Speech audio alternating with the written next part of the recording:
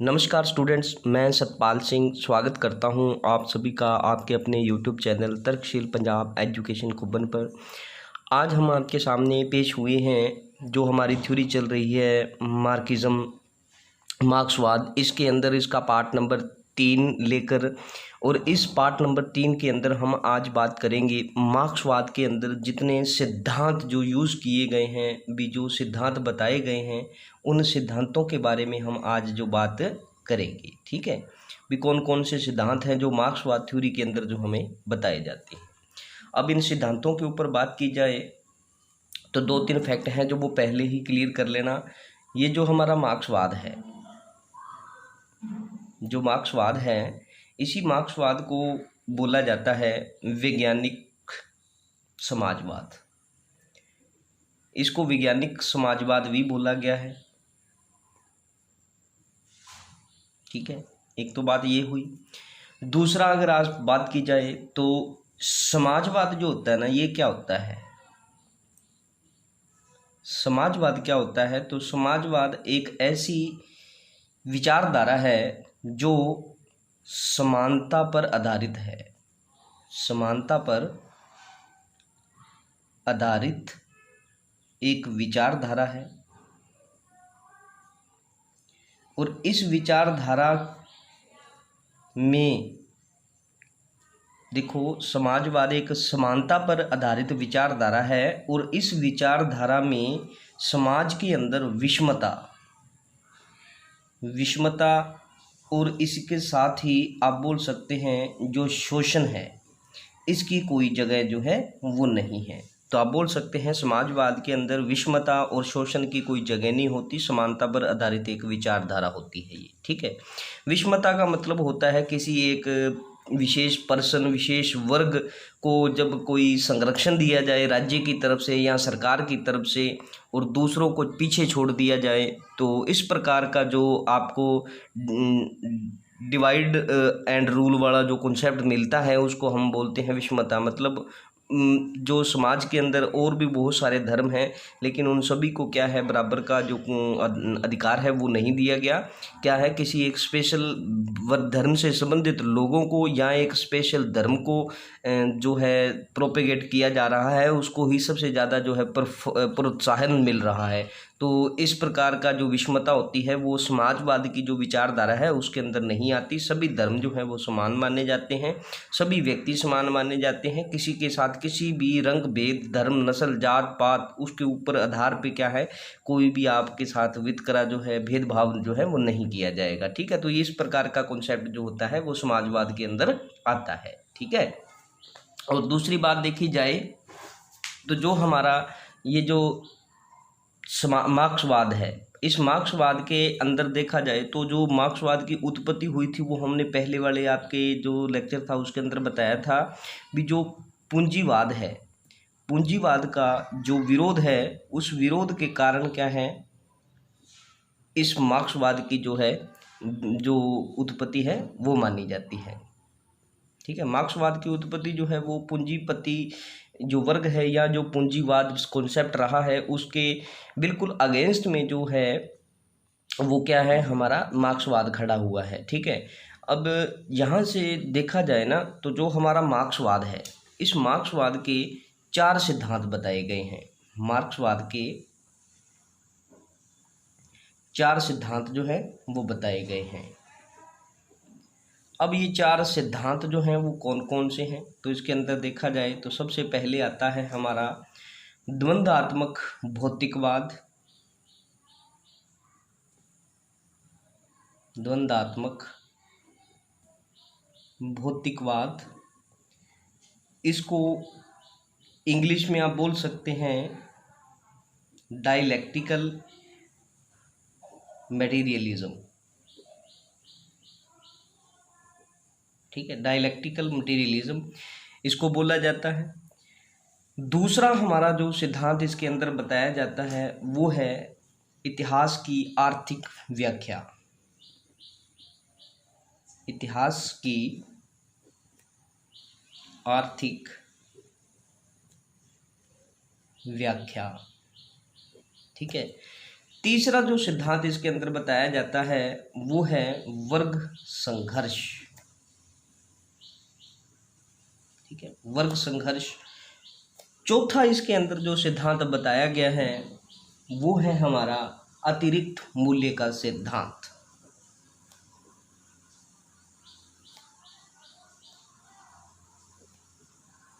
अतिरिक्त मूल्य का सिद्धांत। अब ये चार सिद्धांत हैं इसके अंदर। अब इन चारों सिद्धांतों को हम पढ़ते हैं भी क्या क्या इसके अंदर जो है वो मार्क्सवाद के लिए बात बोली गई है, कैसे बातें जो है वो बताई गई हैं। तो जो सबसे पहले हमारा जो सिद्धांत है द्वंद्वात्मक भौतिकवाद, इसके ऊपर जो है थोड़ी बहुत बात करेंगे। द्वंद्वात्मक भौतिकवाद क्या होता है, कैसे इसकी बात जो है वो की जाए, कैसे हम इसको पढ़ें। तो देखते हैं सबसे पहले द्वंद्वात्मक भौतिकवाद। ठीक है, डायलैक्टिकल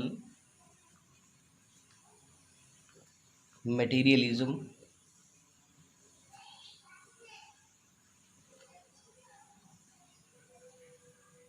द्वंद्वात्मक भौतिकवाद। ठीक है, अब ये जो सिद्धांत है ना हमारा, ये पूरे का पूरा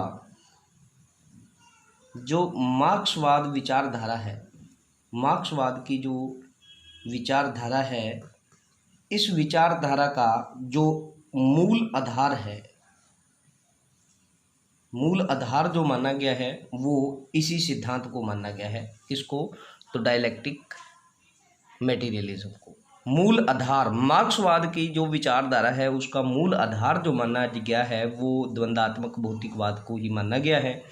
और मार्क्स के जितने भी विचार हैं, ठीक है, कार्ल मार्क्स जो थे ना, उनके जितने भी विचार हैं वो समस्त जो ढांचा, मार्क्सवाद के जितने भी विचार हैं उन सारे विचारों का जो समस्त ढांचा है, जो समस्त ढांचा उनका खड़ा है ना, वो खड़ा और खड़ा सिर्फ किसके बल पर है? तो वो द्वंद्वात्मक भौतिकवाद के आधार पर खड़ा है।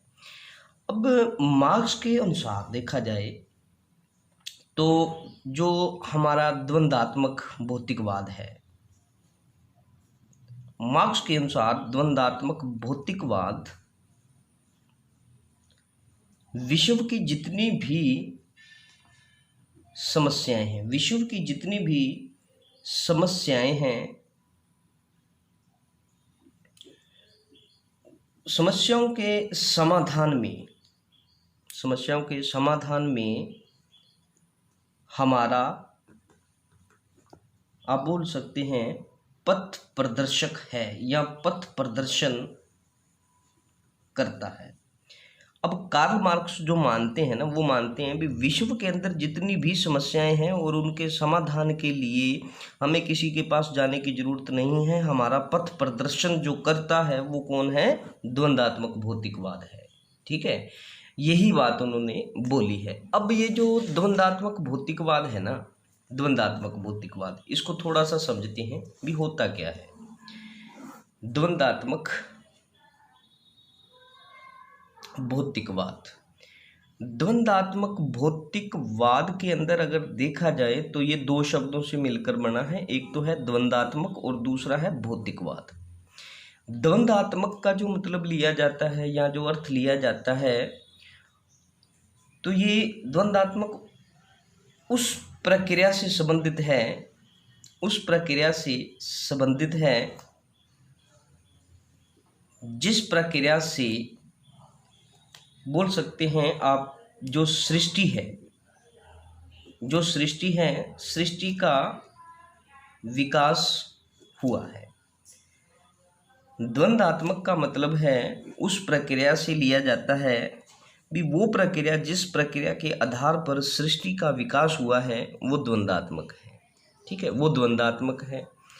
और भौतिकवाद के अंदर देखा जाए तो ये क्या मानते हैं, तो भौतिकवाद के अंदर देखा जाए तो ये कहते हैं भी जो इसका मतलब है भी जो हमारा सृष्टि है, ठीक है, सृष्टि का जो मूल आधार है वो क्या है? तो वो मूल तत्व है। ठीक है, भी पदार्थ से सृष्टि का जो निर्माण है वो हुआ है, और जैसे ही पदार्थ का अंत हो जाएगा वैसे ही सृष्टि का अंत जो है वो हो जाना है। और ये क्या मानते हैं, तो ये मानते हैं, देखो दो शब्द है, एक है द्वंदात्मक, एक है भौतिकवाद। द्वंदात्मक का मतलब उस प्रक्रिया से है जिस प्रक्रिया के तहत सृष्टि का विकास हुआ है, और भौतिकवाद में क्या है, जो सृष्टि बनी है या जो सृष्टि का विकास हुआ है उसका मूल आधार जो है वो क्या मानते हैं, तो वो पदार्थ को मानते हैं, मतलब मूल तत्व को मानते हैं। ठीक है, तो ये इसका मेन जो आप बोल सकते हैं इसका अर्थ रहा। और इसके अंदर देखा जाए तो जो हमारा द्वंदात्मक का सिद्धांत है, जो हमारा द्वंदात्मक का सिद्धांत है, ये द्वंदात्मक का सिद्धांत जो कार्ल मार्क्स हैं, इन्होंने लिया कहाँ से है, तो इन्होंने लिया है हीगल से।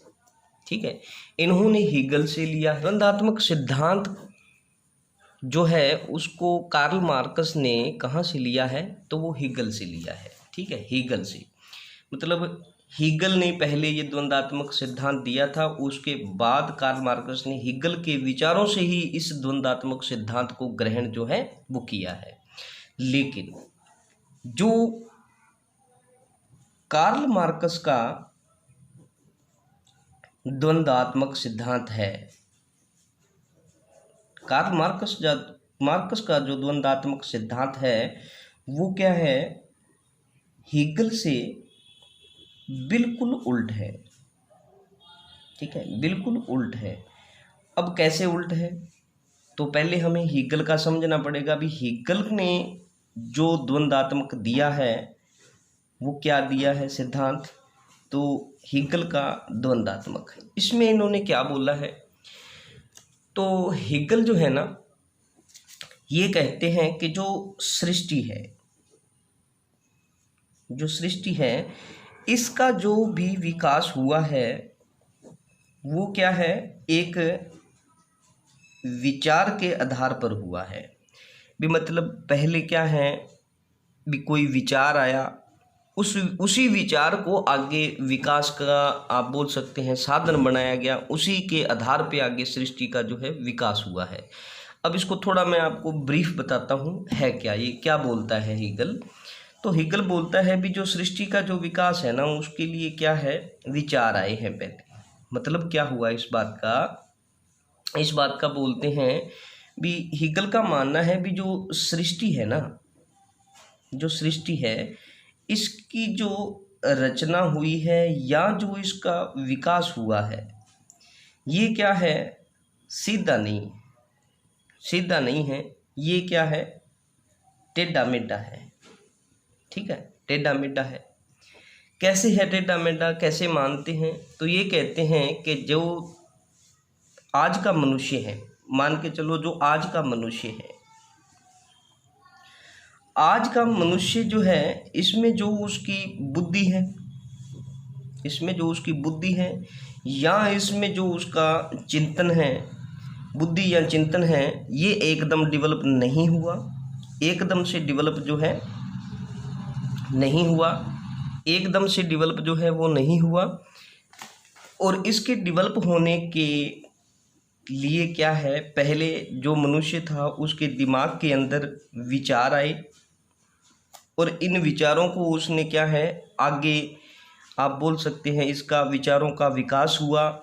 और जैसे ही विचारों का विकास हुआ तो उसका जो चिंतन है, उसकी जो बुद्धि है, उसका विकास हुआ है। और यही आगे क्या है, जो हमारी सृष्टि है इसका विकास के लिए उत्तरदायी माना गया है। तो ये ऐसे बोलते हैं। और इसको समझाने के लिए उन्होंने जो अपना सिद्धांत दिया है द्वंदात्मक, उसके अंदर जो मेन बातें बताई हैं वो क्या बोली हैं उन्होंने, तो वो बोलते हैं भी जो पहले क्या होता है कि इसके 3 अंग हैं। इस द्वंदात्मक के हीगल का जो द्वंदात्मक है उसके 3 अंग हैं। 3 अंगों में देखा जाए तो वो बोलते हैं भी एक तो वाद है, एक प्रतिवाद है और एक क्या है, संवाद है। इसको बोलते हैं थीसिस। ये हो गया हमारा एंटीथीसिस, और ये हो गया हमारा सिंथेसिस। ठीक है। तो ये 3 अंग बताए हैं हीगल ने अपने जो द्वंद्वात्मक हैं उसके। अब इसमें देखो भी हीगल क्या मानता है, सृष्टि का रचयिता कैसे हुई है या विकास कैसे हुआ है, तो वो विचार के आधार पर हुआ है। मान के चलो पहले कोई विचार था, तो मतलब वो क्या था, एक वाद था, वाद को विचार मान लिया। अब इस विचार का उस समय के कुछ लोग ऐसे भी होंगे जो इसका क्या करेंगे, विरोध करेंगे, और जो वो विरोध किया गया वो क्या कहलाया है, वो प्रतिवाद कहलाया है।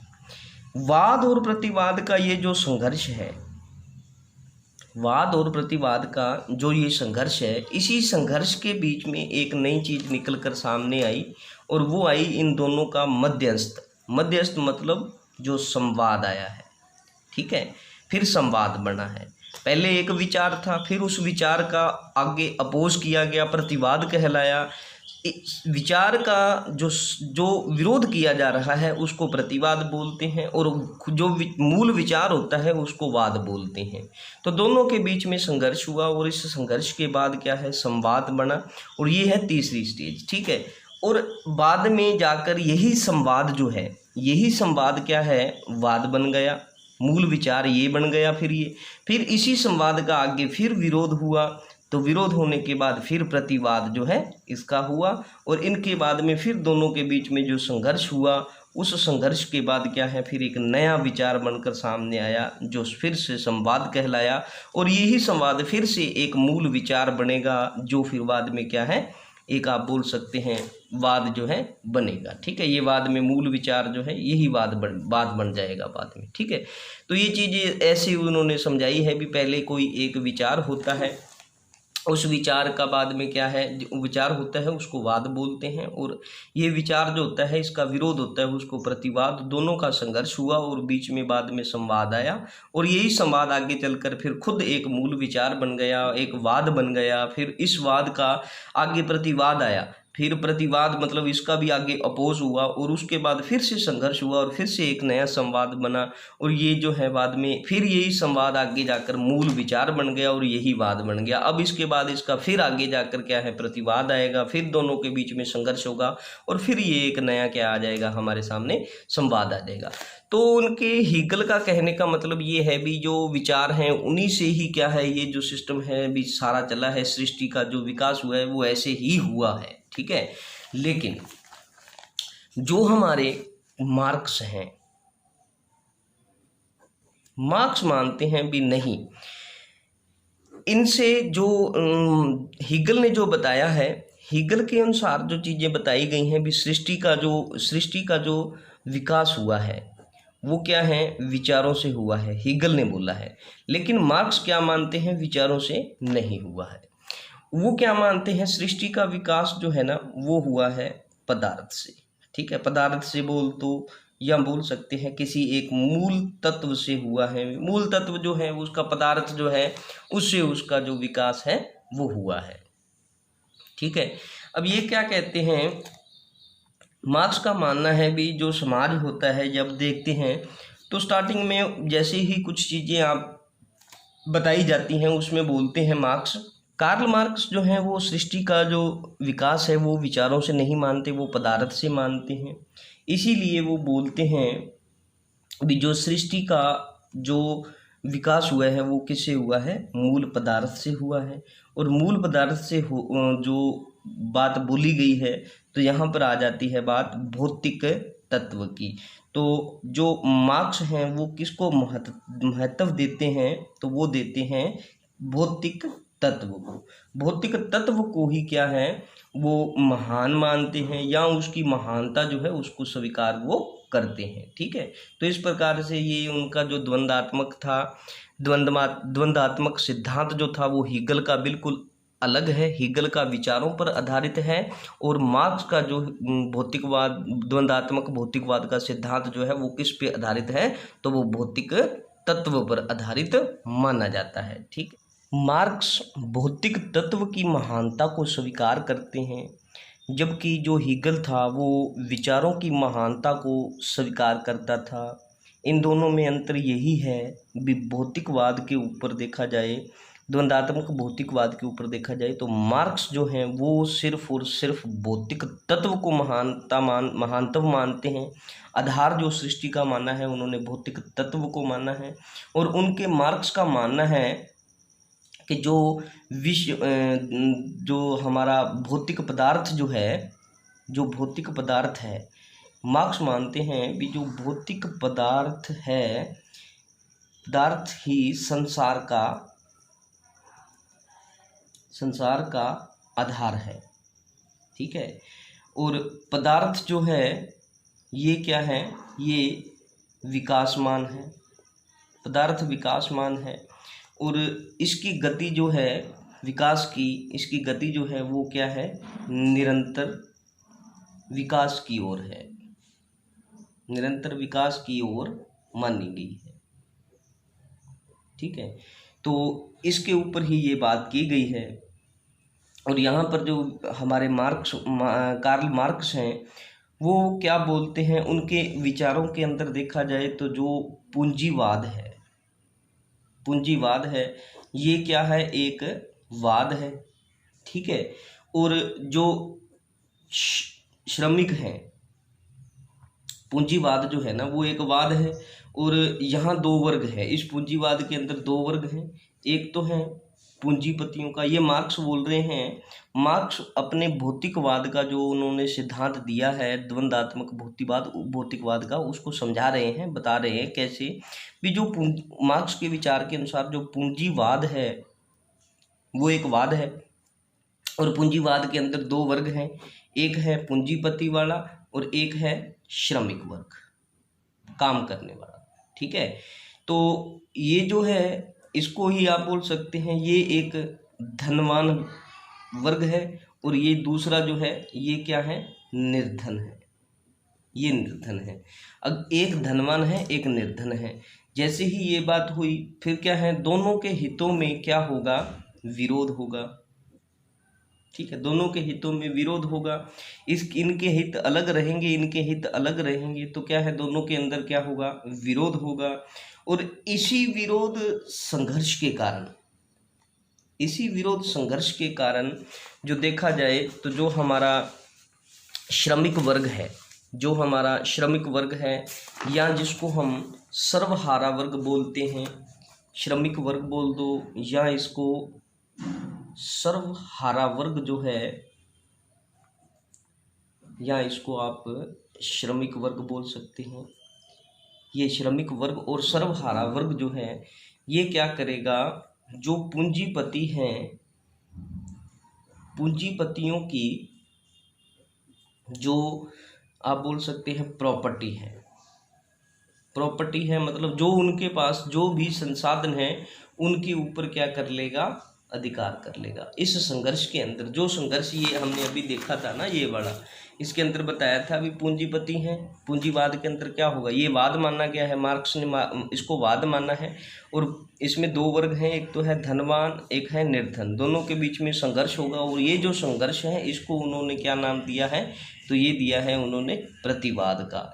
और प्रतिवाद के बाद बोला है जैसे ही इन दोनों का प्रतिवाद हुआ है, वाद प्रतिवाद हुआ है, तो उसमें क्या है, सर्वहारा वर्ग या श्रमिक वर्ग जो है, इस सर्वहारा वर्ग या श्रमिक वर्ग ने क्या किया है, पूंजीपतियों का जो भी संसाधन उनके पास थे तो उन पे अधिकार कर लिया। और इसके बाद एक नया हमारे सामने संवाद आया, और वो संवाद क्या कहलाया है, तो वो है जी हमारा साम्यवाद। ठीक है। वो समाजवादी व्यवस्था जो है वो सामने आई है, या साम्यवादी व्यवस्था जो है हमारे सामने आई है, या बोल सकते हैं जो समाज नया बनकर हमारे सामने आया है वो आया क्या है, साम्यवादी समाज आया है।